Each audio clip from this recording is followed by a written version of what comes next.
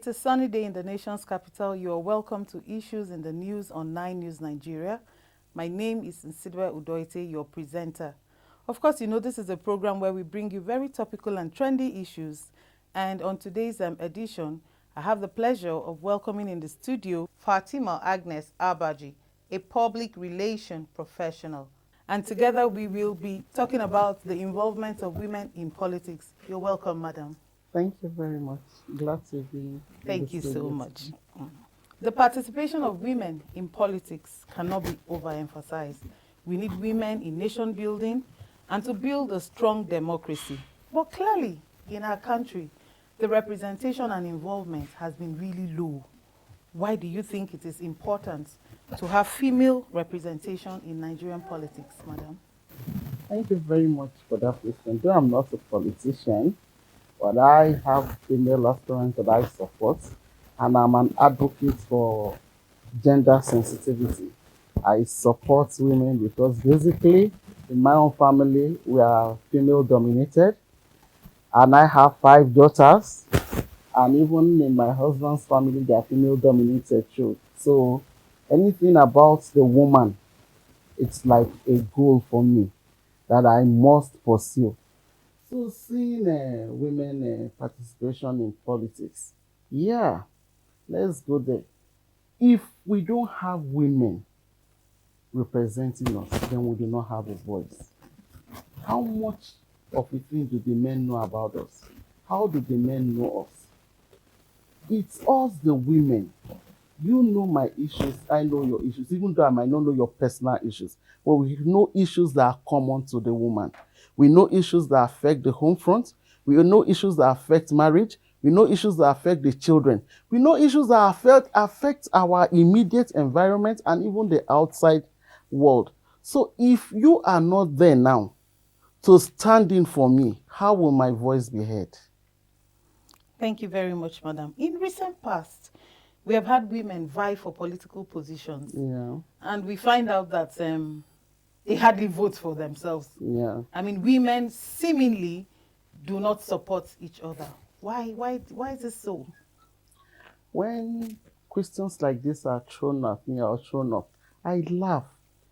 And yeah, there is an iota, just a little iota of truth in it. But coming generally to politics, yeah, why do we not support ourselves? Firstly, there is this envy. But that one now we have put it aside. Those were those days that you see us. Now the woman fold is united and we are now vying and fighting for our rights and fighting for ourselves. Yeah, and then secondly, we see this the culture has really imbibed in us that has brought us backwards that if you see a woman aspiring to a position, the other women, instead of supporting, feel the positions ought to be occupied by men. That is our problem.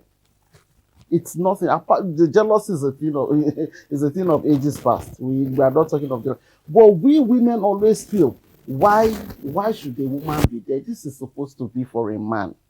Until we put that aside and until we do not compete with ourselves, that is when you will see that, yes, whenever a woman comes out, there will be this formidable force to push her up and to push her forward.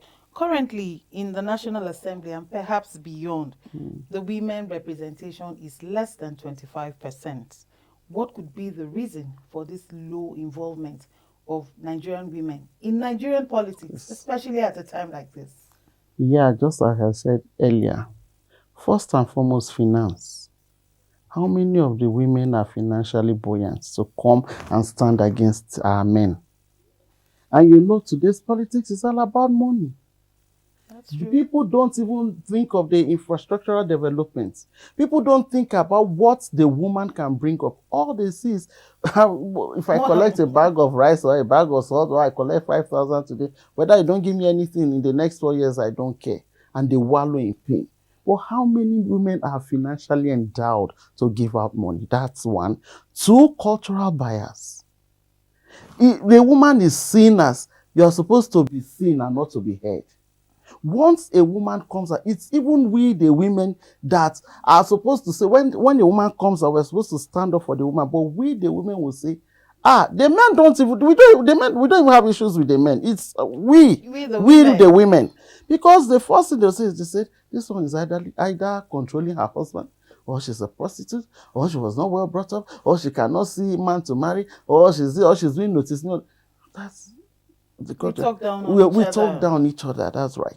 And then on the religious aspects too, you can take, for instance, if you look at the number of women in politics, you hardly see the Muslim woman coming out, if not of recent. We look at it seems like if a Muslim woman comes out, why should you come out? This is a man's world. I think even on the Christian fold, exactly. That's what I'm telling you. Even traditionally, basically, we're supposed to be seen and not heard. Traditionally is even worse. Traditionally is worse. Like, there are some cultural practices in my place that if a man that is not your husband even gives your child, maybe you say, baby, how are you? And gives your child a gift or money, and you don't tell your husband, it's trouble. Before you know it, they say you should come and confess and all those. So you see, there are lots of odds against women. So until we are able to squash those odds, but I know that very soon. The time is coming. The time is that the future is female and the present is female. I tell anybody that cares to listen, I say, we do not prepare the woman for the future. We prepare the future for the woman. Oh, I love that. Yes. The time is now. The time is now. And the time is here. And the time is here. Thank you, viewers. You have heard what we have been discussing, and it's been a wonderful time so far. Don't go away. We need to go on the short break, and we'll be right back. Thank you, madam. Thank you very much.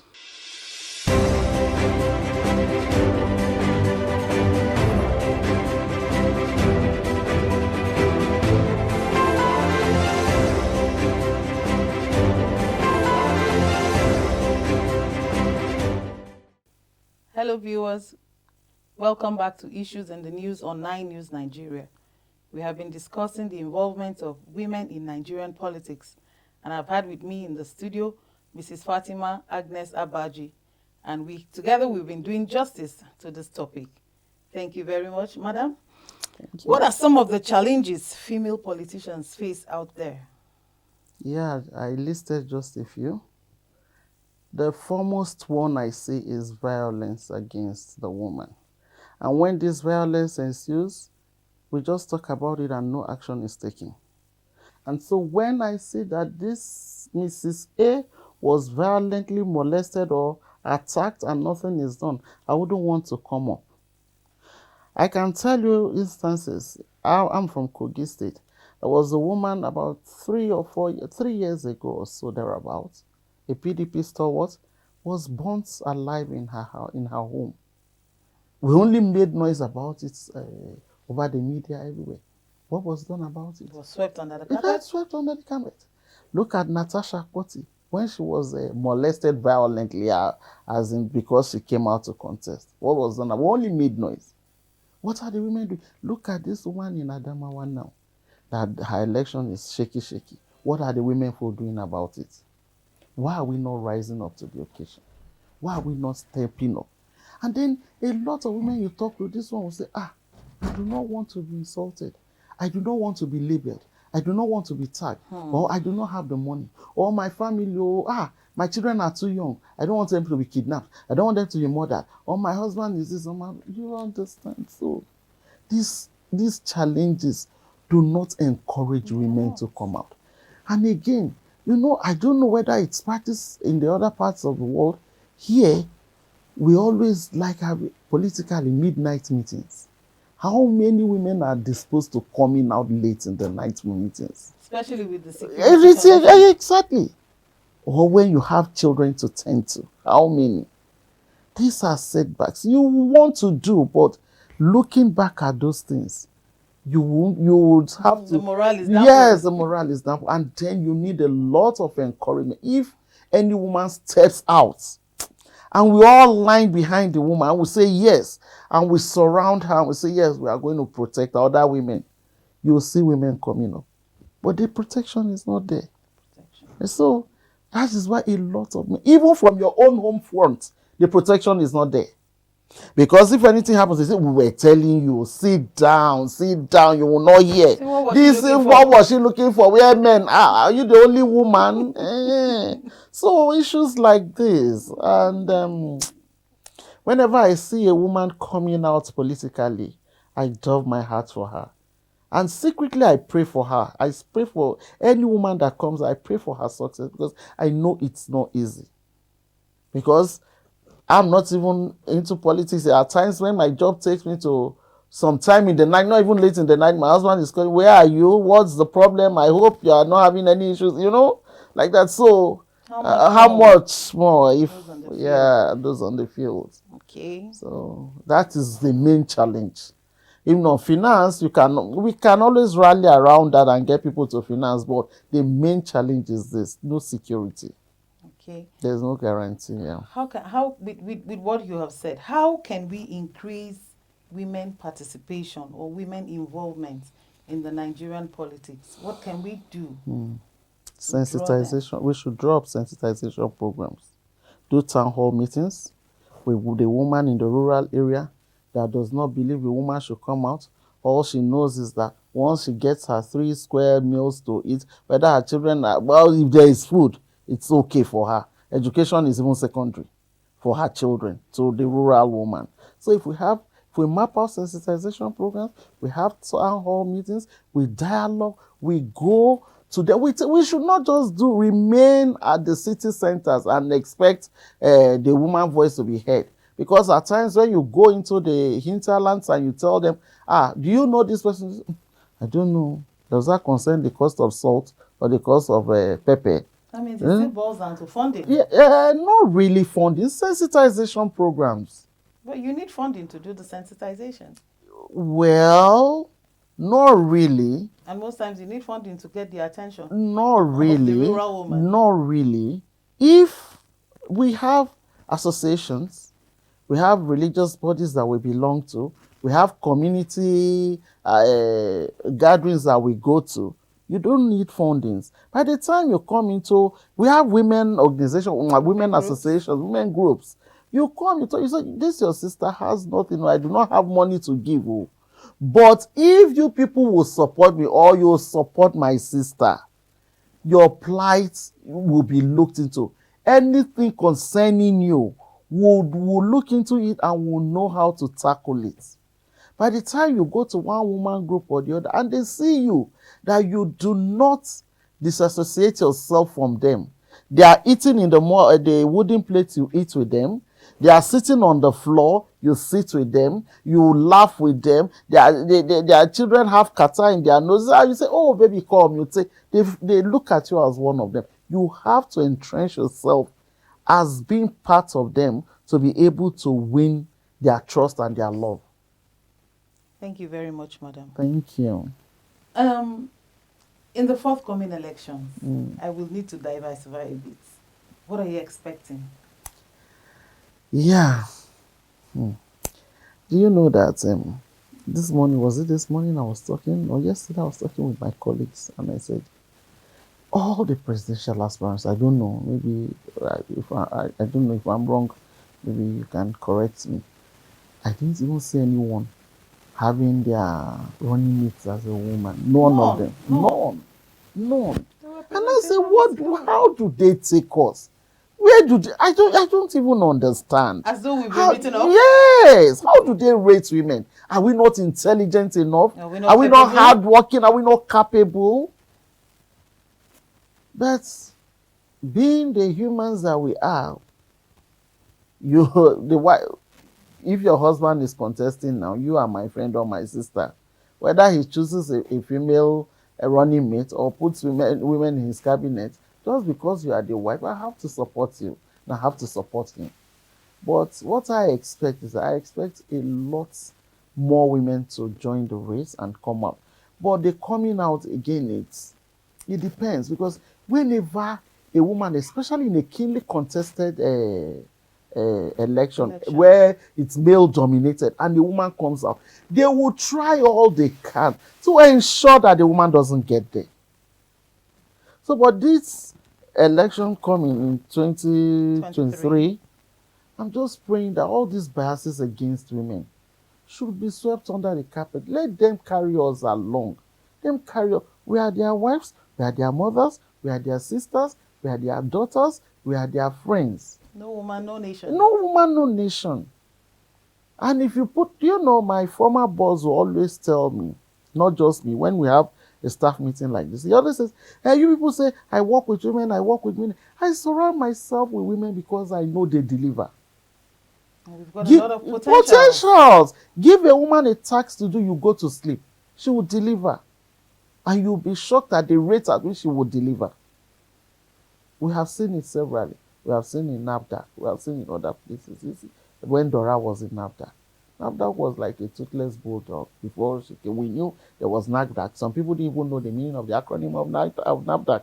But when she came, she instilled that confidence in us that you could come into a doctor and write, before the doctor could just write prescription, and we won't argue. You don't even know what the prescription is all about. You just go and buy. But Dora made us know that you ask the doctor, what is this prescription for?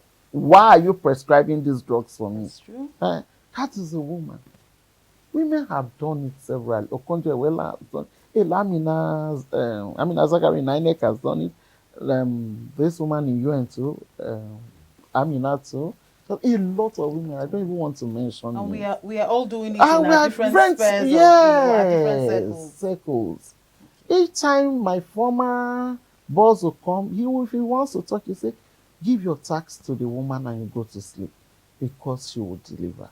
Wow, I like that. We're deliverers. Yes. Okay, madam, please, what message do you have to every female there out there aspiring, but maybe feeling a bit jittery? What message do you have to the women out there? My message is, be bold and courageous. The man does not have two horns on his head. The man is not a monster. Be courageous. Be bold. And then whatever you're good at, ensure that you do it to the later.